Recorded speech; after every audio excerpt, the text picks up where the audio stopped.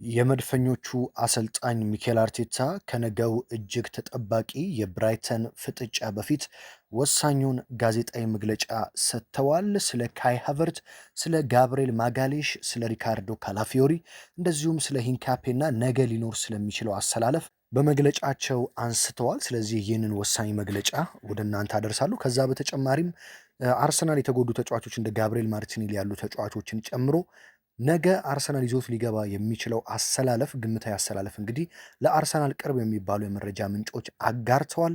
እሱን ጨምሮ በሌላ በኩል ደግሞ አንቶዋን ሴሜኞ የቦርንማውዙ ተጫዋች ወደ ሲቲ ከማምራት ይልቅ ወደ አርሰናል ሊያመራ እንደሚችል አዳዲስ መረጃዎች እየወጡ ይገኛሉ።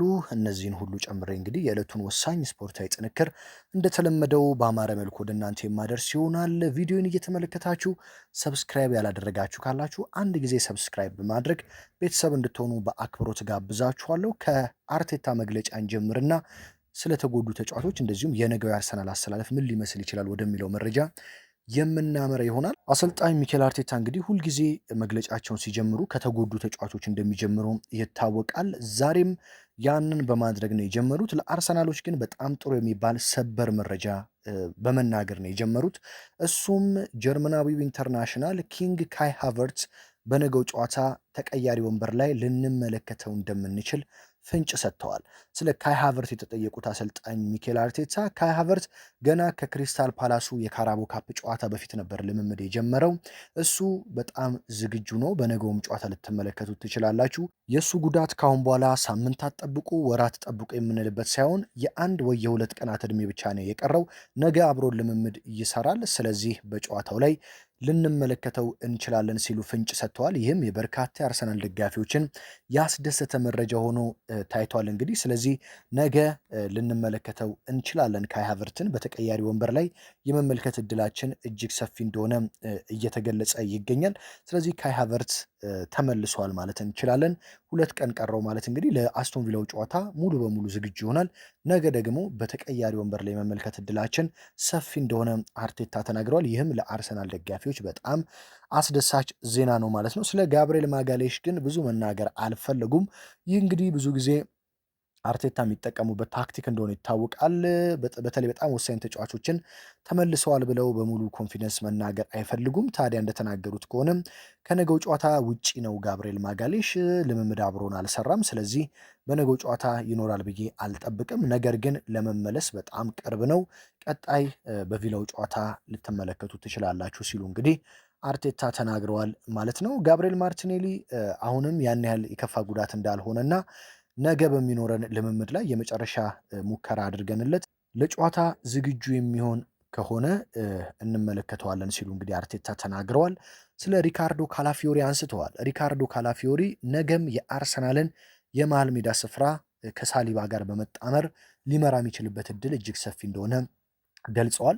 በነገራችን ላይ ሪካርዶ ካላፊዮሪ በጣሊያን ቦሎኛ እያለም የመሃል ሜዳ ተከላካይ ሆኖ ሲጫወት እንደነበር እናስታውሳለን። በተለይ በሶስት ተከላካይ በሚጫወቱ ቡድኖች ላይ ወሳኝ ተጫዋች ተከላካይ እንደሆነ እናውቃለን። ስለዚህ የመሃል ተከላካይ ነው የመጀመሪያ ዋነኛ ስፍራው የሚጫወትበት። አርቴታ ነው አምጥቶ እንግዲህ የግራ ተመላላሽ ያደረገው። ስለዚህ በነገው ጨዋታ ከሳሊባ ጋር የመጣመራቸው እድል እጅግ ሰፊ እንደሆነና በሪካርዶ ካላፊዮሪ ዘንድሮ እጅግ ደስተኛ እንደሆኑ አሰልጣኝ ሚኬል አርቴታም ተናግረዋል። በሱ ብቃት ደስተኛ ነኝ። በጣም ቨርሳታይል ነው። ተከላካይ ስትሉት አጥቂ፣ አጥቂ ስትሉት መሃል ሜዳ ብዙ አማራጮችን እየሰጠኝ ነው። ለዚህም ላመሰግነው ወዳለሁ ሲሉ ስለ ካላፊዮሪ በጣም ጥሩ ነገር ዘንድሮ እንደተሰማቸው ገልጸዋል። በመቀጠል የነገው ጨዋታ በታክቲካል ጉዳይ ከባድ እንደሆነና ብራይተኖች ከአዲሱ አሰልጣኛቸው ሃርዝለር ጋር እንግዲህ በጣም ፈታኝ ተጋጣሚ እንደሆኑ ተናግረዋል። እንደዚሁም ባለፈው ዓመት ዲክላን ራይስ በቀይ ካርድ ወጥቶ ነጥብ የጣሉበትን ጨዋታ አስታውሰው እጅግ የምበሳጭበት ጨዋታ ነው ካለፈው ዓመት። ነገ ግን 11ዱም ተጫዋቾች 90ውን ደቂቃ እንዲጨርሱ ምክር ሰጥቻቸዋለሁ ሲሉ እንግዲህ አሰልጣኝ ሚኬል አርቴታ ገልጸዋል ማለት ነው። እንደዚሁም በመጨረሻ ደግሞ ሳሊባ አራቱንም ዋንጫ እንበለዋለን ብለዋል። በዚህ ምን ሀሳብ አለህ ተብሎ የተጠየቀው አሰልጣኝ ሚኬል አርቴታ እንደዚህ አይነት ትልቅ ኢነርጂ ነው በቡድኔ ውስጥ የምፈልገው፣ አልሸነፍ ባይነትና ሁሉንም እችላለሁ የሚል ተጫዋች እወዳለሁ። ሳሊባ ይህንን በመናገሩ በጣም ደስተኛ ነኝ። በቡድኔ ተጫዋቾች ሁሉም ስር የትኛውንም ዋንጫ ማሸነፍ እንደሚችሉ እምነት እንዲኖራቸው እፈልጋለሁ ሲሉ እንግዲህ አሰልጣኝ ሚኬል አርቴታ ተናግረዋል ማለት ነው። እንግዲህ እስኪ ወደ ጉዳት መረጃዎችና ወደ ነገው የአርሰናል አሰላለፍ እንደዚሁም ወደ ሴሜኞ ጉዳይ ደግሞ ይዣችሁ ልለፍ። የነገው የብራይተን ጨዋታ እንግዲህ በአርሰናል ቤት በጣም ተጠባቂ ጨዋታ ነው። ምክንያቱም አሁን ከ1 እስከ 3 በፕሪሚየር ሊጉ ያሉ ቡድኖች በቀጣይ የሚያደርጓቸው 3 ጨዋታዎች የሁሉም ከበድ ያለ ነው ማለት ይቻላል። ለምሳሌ አንደኛ ላይ ያለውን አርሰናልን ስንመለከት ነገ ብራይተንን በሜዳው ይገጥማል። በመቀጠል አስቶን ቪላን በሜዳው ይገጥማል። ሶስተኛ ላይ ያለውን ቡድንና ከ2 ሳምንት በፊት በቪላ ፓርክ ስቴዲየም 2-1 የተሸነፈበትን ቡድን ማለት ነው። ከዛ በመቀጠል ደግሞ ሶስተኛ ላይ ከሜዳው ውጭ ተጉዞም በርንማውዝን ይገጥማል ማለት ነው። ወደ ማንቸስተር ሲቲ ስናምራ ማንቸስተር ሲቲ በሜዳው ኖቲንግሃም ፎረስትን ነገ ከአርሰናል ቀድሞ 9 ሰዓት ተኩል ላይ ይገጥማል። በመቀጠል ከሜዳው ውጭ ተጉዞ ድጋሚ ሰንደርላንድን ይገጥማል። ሰንደርላንድ በሜዳው ምን ያህል ከባድ እንደሆነ ብዙዎቻችን እናውቃለን። ከሰንደርላንድ በኋላ ደግሞ ሲቲ በሜዳው ኢትሃድ የምዕራብ ለንደኑን ቼልሲን ይገጥማል።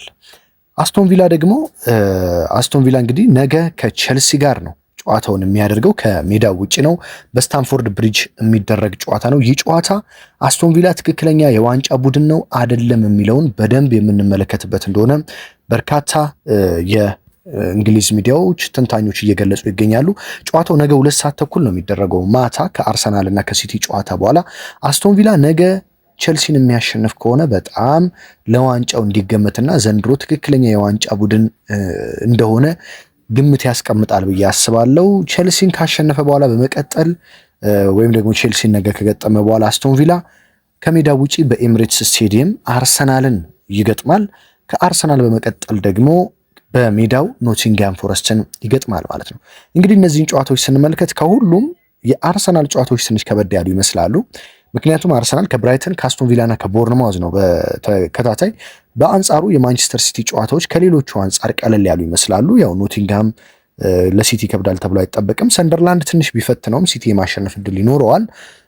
ቼልሲ ጋር ደግሞ ሲቲ በሜዳው ስለሆነ የሚያደርገው ጨዋታውን የማሸነፍ ቅድመ ግምት ለሲቲ ይሰጣል ማለት ነው። ስለዚህ እግር ኳስ ነው፣ የውጤቶችን ግምት ነው የምታስቀምጡት እንጂ በእለቱ የሚከሰቱ ውጤቶች ከዚህ የተለየ ሊሆኑ ይችላል። ድራማ የተሞላባቸው ጨዋታዎች እንደሚሆኑ ይጠበቃል። ስለዚህ መድፈኞቹ ሲቲ ካለበት ጨዋታ አንጻር የአርሰናል ጨዋታዎች ትንሽ ጠጠር ያሉ ጨዋታዎች ስለሆኑ መድፈኞቹ ቀጣዮቹን ጨዋታ በሚገባ ትኩረት ሰጥተው ድል ለማድረግ እያንዳንዷን ጨዋታ መጫወት መቻል አለባቸው። ምክንያቱም አርሰናል ባለፉት ዓመታት በእነዚህ ቡድኖች የጣለው ነጥብ እንዴት ዋንጫ እንዳሳጣው እናውቃለን። እኔ በግሌ አርሰናል ከብራይተን ከቪላ እና ከቦርንማውዝ ሙሉ 9 ነጥቦችን ማግኘት የሚችል ከሆነ የፕሪሚየር ሊጉን ዋንጫ ከማሳካት የሚያግደው ይኖራል ብዬ አልገምትም። ስለዚህ ቀጣይ 3 ጨዋታዎችን አርሰናል ማሸነፍ ቻለ ማለት በደንብ ለዓለም ሕዝብና ለፕሪሚየር ሊግ ቡድኖች እኔ የዋንጫው ባለቤት ነኝ የሚል መልእክትንና ለዋንጫው ትክክለኛ ቡድን ነኝ የሚል መልእክትን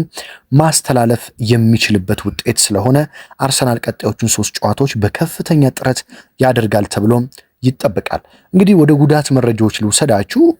ከገብርኤል ማርቲኔሊን ጀምርና ፔሮ ሂንካፔ፣ ማጋሌሽ፣ ቤን ዋይት እና ካይ ሃቨርትስን የተመለከቱ ጉዳዮችን አንስተን ወደ አርሰናል ሊሆን የሚችል አሰላለፍ እናመራለን ማለት ነው።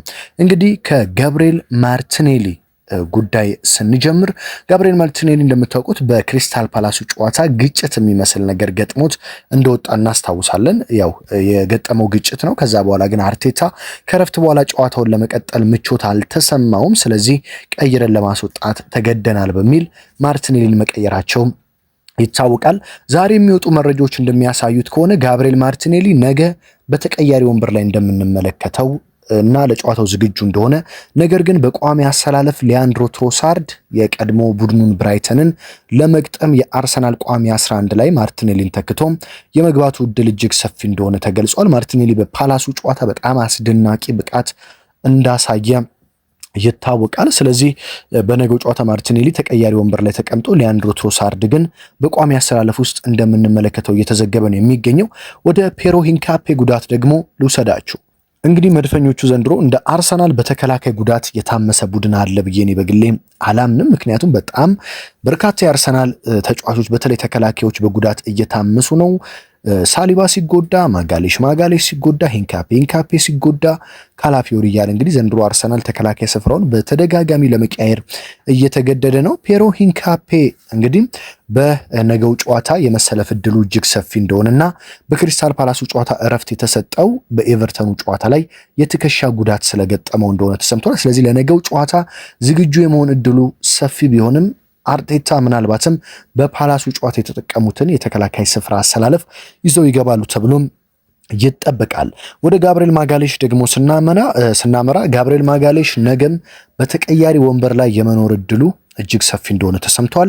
ነገር ግን አርቴታ አሁንም ጥንቃቄን በመውሰድ ማጋሌሽን የሚፈልጉት በተለይ ለአስቶን ቪላው ጨዋታ ነው። አርቴታ በአስቶን ቪላው ሽንፈት እጅግ እንደተበሳጩና በቀል እንደሚፈልጉ ተሰምቷል። አስቶን ቪላ ሜዳው ላይ 2-1 ነበር አርሰናልን ያሸነፈው። ቀጣይ ደግሞ ሳምንት አርሰናል በሜዳው ቪላን ይገጥማል። ስለዚህ መድፈኞቹ ቪላን ድል ለማድረግ ማጋሌሽን ስለሚፈልጉና አርቴታ ኡናይ ኤምሬን ለመበቀል ማጋሌሽን በነገው ጨዋታ አሳርፈው በአስቶን ቪላው ጨዋታ ለመጠቀም እንደሚያስቡ ተገልጿል ማለት ነው። ቤን ዋይትና ካይ ሃቨርትዝ ከነገው ጨዋታ ውጪ እንደሆኑ ነው እየተዘገበ የሚገኘው። በእርግጥ ቤን ዋይት አሁንም ለረጅም ጊዜ ከሜዳ የሚርቅ የአርሰናል ተጫዋች ነው። ካይ ሃቨርትዝ ወደ ሜዳ የመቅረብ እድሉ እጅግ ሰፊ ቢሆንም በነገው ጨዋታ የመመልከታችን እድል ግን እጅግ ጠባብ እንደሆነ ተሰምቷል ማለት ነው። ስለዚህ የአርሰናልን አሰላለፍ እንመልከት። መድፈኞቹ ግብ ጠባቂ ላይ የተለመደውን ዴቪድ ራያን ይጠቀማሉ። ዴቪድ ራያ እንደምታውቁት በክሪስታል ፓላሱ ጨዋታ እረፍት ተሰጥቶት እንደነበረ ይታወቃል። ታዲያ በነገው ጨዋታ ግን ዴቪድ ራያ ኃይሉን አድሶ ቋሚ ሆኖ ይጀምራል ተብሎም ይጠበቃል። በራይት ፉልባክ ወይም ደግሞ በቀኝ ተመላላሽ እንግዲህ ቤን ዋይት ጉዳት ላይ ነው ታውቃላችሁ። ስለዚህ በቦታው ላይ ጁሪየን ቲምበር ነው ያለው። ቲምበር ቋሚ ሆኖ ይጀምራል። የመሃል ሜዳ ተከላካይ ላይ ለውጥ ሊኖር እንደሚችል መረጃዎች ያሳያሉ። ያው ዊሊያም ሳሊባ ይጠበቃል። ዊሊያም ሳሊባን ያጣምሯል ተብሎ የሚጠበቀው የመሃል ሜዳ ተከላካይ ላይ እንግዲህ ሪካርዶ ካላፊዮሪ እንደሆነ መረጃዎች እየወጡ ይገኛሉ። ምክንያቱም ሂንካፔ የማይደርስ ከሆነ ማለት ነው። ሂንካፔ የሚደርስ ከሆነ ሳሊባ ከሂንካፔ ጋር ተጣምረው ካላፊዮሪ በተለመደው የግራ ተመላላሽ ላይ ይኖራል። ነገር ግን ሂንካፔ የማይኖር ከሆነ ሳሊባና ካላፊዮሪ የመሃል ተከላካዩን ያጣምራሉ ተብሎ ይጠበቃል። የግራ ተመላላሽ ላይ ደግሞ ማይልስ ሉዊስ ስኬሊ ልክ እንደ ክሪስታል ፓላሱ ጨዋታ የመድፈኞቹን የግራ መስመር መከላከል ይመራል ተብሎ ይጠበቃል። ወደ መድፈኞቹ የመሃል ሜዳ ጥምረት ስናመራ ማርቲን ዙሜንዲ፣ ዲክላን ራይስ እና ማርቲን ኦዲጋርድ ይሆናሉ ተብሎ ነው የሚጠበቀው። ኤብሪቼ ኢዜ እንግዲህ በነገው ጨዋታ ቤንች ይሆናል ተብሎ ይጠበቃል። ኦዴጋርድ በፓላሱ የካራቦ ካፕ ጨዋታ እረፍት የተሰጠው ለነገው ጨዋታ ታስቦ እንደሆነ መረጃዎች ያሳያሉ። ስለዚህ ዙሜንዲ፣ ራይስና ኦዴጋርድ አሊያም ዙሜንዲ፣ ራይስና ኤብሪቼ ኢዜ የአርሰናልን የመሃል ሜዳ ይመራሉ ተብሎ ይጠበቃል። ወደፊት ለፊት ስናመራ ቡካዮ ሳካ የቀኝ ዊንገርነቱን ይመራል እንደተለመደው።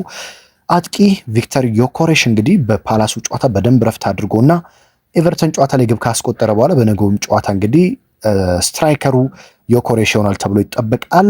በግራ ደግሞ ላይ ሊያንድሮ ትሮሳርድ ማርቲኔሊን ተክቶ ይገባል ተብሎ የሚጠበቅ መረጃ ነው ማለት ነው። ስለዚህ በነገው ጨዋታ ማርቲኔሊ ተቀያሪ ወንበር ላይ ተቀምጦ ማዱኬም ይኖራል። ስለዚህ ትሮሳርድ የቀድሞ ቡድኑ ብራይተንን ይገጥማል ተብሎ ነው የሚጠበቀው ማለት ነው። ወደ ሌላ መረጃዎች ስወስዳችሁ አንቷን ሴሜኞ የአርሰናል ተጫዋችና የአርሰናል ንብረት መሆን እንደሚፈልግ ዛሬ እንግዲህ ዴቪድ ኦርንስቲን ይዞት በወጣው ዘገባ አስመልክቷል። እንግዲህ ዴቪድ ኦርንስቲን እንደዘገበው ከሆነ ሴሜኞ ከልጅነቱ ጀምሮ የአርሰናል ደጋፊ ነው። ታዲያ አርሰናልን መቀላቀል ብቻ ነበር የሚፈልገው። ልክ እንደ ኤብሪቼ ኢዜ አርሰናል ሊገባ ብሎ አርሰናል ዝም ሲለው ቶተናም ሊገባ እንደነበር ታውቃላችሁ ኢዜ። ከዛ ቶተናም ሊገባ ሲል አርቴታ ወዲያውኑ ደውለው እንፈልግሃለን ሲሉት የቶተናም ዝውውሩን ትቶ ወደ አርሰናል ቤት እንደመጣ እናውቃለን። ታዲያ ሴሜኞ አርሰናልን ይመርጥ ነበረ። ምክንያቱም ተጫዋቹም የመጀመሪያ ምርጫው አርሰናል ነው። ከልጅነቱ ጀምሮ የአርሰናል ደጋፊ ሆኖ ነው ያደገው። ኤምሬት ስቴዲየም ላይ መጫወት የሁልጊዜ ህልሜ ነው፣ ቀዩንና ነጩን ማሊያ ለብሼ ሲል እንግዲህ በበርካታ ጨዋታዎች ላይ ሲናገር እናስታውሳለን፣ በጋዜጣዊ መግለጫዎች ላይ። አርሰናል ግን አሁን የተፈጠረው ችግር ምንድነው? አርቴታና አንድሬ ቤርታ ተጫዋች ማስፈረም የሚፈልጉት ክረምት ላይ ነው። ባለፈው ክረምት እንደምታውቁት በጣም በርካታ ተጫዋቾች አርሰናልን ተቀላቅለዋል። እንደ ቪክተር ዮኮሬሽ፣ እንደ ኤብሪቼ ኢዜ፣ ኖኒ ማዱኬ የመሳሰሉ ተጫዋቾች፣ እንደ ፔሮ ሂንካፔ፣ ክርስቲያን ሞስኬራን፣ እነዚህ በሙሉ ተጫዋቾች ሌሎችም ተጫዋቾች አርሰናልን ክረምት ላይ ነው የተቀላቀሉት። እንደ አርሰናል ብዙ ተጫዋች ያስፈረመ እንደሌለ ታውቃላችሁ ክረምት ላይ። ስለዚህ መድፈኞቹ አሁን መረጋጋትና በቀጣዩ ክረምት ነው ማስፈረም የሚፈልጉት። ታዲያ ከአንቷን ሴሜንዮ ጋር ንግግር አድርገው እንደነበረ ከወኪሉ ጋር መረጃዎች ወጥተዋል። ታዲያ ከወኪሎቹ ጋር ንግግር ሲያደርጉ መድፈኞቹ ታገሰንና ክረምት ላይ እናስፈርምህ የሚል ጥያቄ ለሴሜንዮ አቅርበውለት ነበር። ጥር ላይ ከምናስፈርምህ እስከ ክረምቱ ብትታገሰን በጥሩ ገንዘብና የምትደግፈውን ቡድን ማሊያ እንድትለብስ በክረምት የዝውውር መስኮት ወደ አርሰናል እናመጣሃለን፣ ምክንያቱም እኛ ክረምት ላይ በርካታ ገንዘቦችን አውጥተናል በሚል ወኪሎቹን ቢያነጋግሩም ሴሜንዮ ግን ቦርንማውዝን አሁን ጥር ላይ መልቀቅና የዋንጫ ቡድን የሆኑ ቡድኖችን መቀላቀል እንደሚፈልግ ነው የተናገረው። አርሰናሎች ጥር ላይ እሱን የማያስፈርሙት ከሆነ ሲቲን ለመቀላቀል እንደሚገደድ ሴሜንዮ ለአርሰናል ወኪሎች እንደተናገረ ተሰምቷል። በአሁኑ ሰዓት በአርሰናል ቤት ውስጥ ውይይት እየተደረገ እንደሆነ በአርቴታ በአንድሬ ቤርታና በሌሎችም የአርሰናል የዝውውርን በሚመለከቱ ስፖርቲንግ ዳይሬክተር አካባቢ ባሉ ሰዎች ዙሪያ ውይይት እየተደረገ እንደሆነና ሴሜንዮን አሁን እናምጣው ወይስ ለሲቲ ያሳልፈን ሰተን ክረምት ላይ ሌላ ተጫዋች እናምጣ በሚለው ጉዳይ ላይ ውይይት እያደረጉ እንደሆነ ተሰምቷል። መድፈኞቹ አሁንም ልክ እንደ ኤብሪቼ ኢዜ የመጨረሻ ሰዓት ደውል ቢደውሉ ተጫዋቹ ሴሜንዮ በቀጥታ ለአርሰናል ምላሽ እንደሚሰጥ እንደነገራቸውና ሲቲ ጋር ሳይጨርስ በፊት አርሰናሎች ቢጠይቁት ምንም ሳያቅማማ አርሰናልን ለመቀላቀል እንደሚመጣ ነግሯቸዋል። ስለዚህ በአሁኑ ሰዓት በአርሰናል ውስጥ ውይይት እየተደረገ ነው የሚገኘው። ነገር ግን መድፈኞቹ በርካታ ተጫዋቾች አሏቸው በፊት ለፊት መስመር ላይ። ያም ቢሆን ግን ሴሜንዮ ያለው ጥራት እጅግ ከፍተኛ ስለሆነና ቢመጣ ከጉዳቱ ጥቅሙ ስለሚያመዝን ምናልባትም በመጨረሻ ደቂቃዎች ሀሳብ ከተቀየረ ልክ እንደ ኤብሪቼ ኢዜ ሁሉ አርቴታ ድንገት ሀሳቡን ከቀየረ ሴሜንዮ ወደ አርሰናል ሊመጣ የሚችልበት እድል እንዳለ ተሰምቷል፣ ሲቲ ካልቀደመ ማለት ነው። ስለዚህ በሴሜንዮ ጉዳይ እነዚህ መረጃዎች እየወጡ ይገኛሉ። ፕሪሚየር ሊግ እንግዲህ ዛሬ ምሽት ይመለሳል።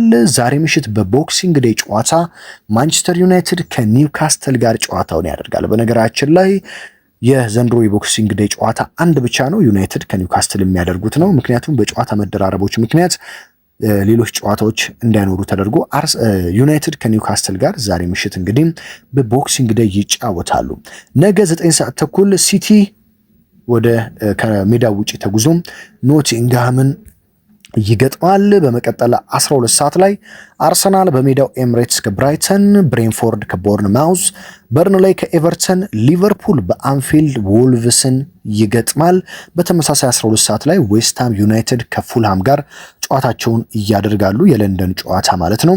ምሽት 2 ሰዓት ተኩል ላይ ቼልሲ ካስቶን ቪላ በጣም ተጠባቂ ጨዋታ ነው። ቪላ ይህንን ጨዋታ የሚያሸንፍ ከሆነ እንግዲህ በዋንጫው ፉክክር ውስጥ እስከ ዋንጫ ማንሳት የሚያደርሰው አቅም እንዳለው የሚያሳይበት ጨዋታ ይሆናል ተብሎ ይጠበቃል። ጨዋታው በቼልሲ ስታንፎርድ ብሪጅ ስቴዲየም ነው የሚደረገው።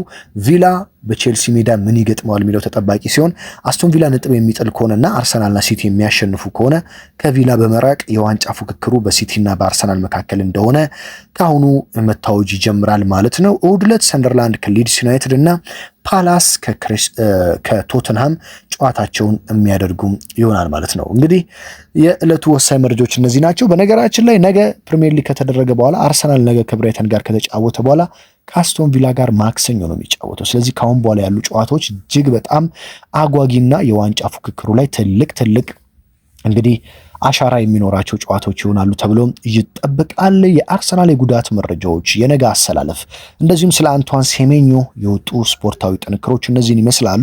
እንደተለመደው በአማረ መልኩ ወደ እናንተ አደረስኩኝ። ሀገር ውስጥ ከባህር ማዶ ናችሁ በዋናውም በዚህኛው ዋናው ቻናሌ እና በሁለተኛውም ቻናሌ መረጃዎችን በየዕለቱ የምትከታተሉ ከጎኔ በመሆን የምታበረታቱኝን ከልብ እያመሰገንኩ ከነገ ደግሞ የጨዋታ ውጤት በኋላ የጨዋታውን ውጤት በአማረ መልኩ ወደ እናንተ የማደርስ ይሆናል። ታዲያ እስከዛ ድረስ በያላችሁበት ሁሉ ሰላም ተመኘሁላችሁ።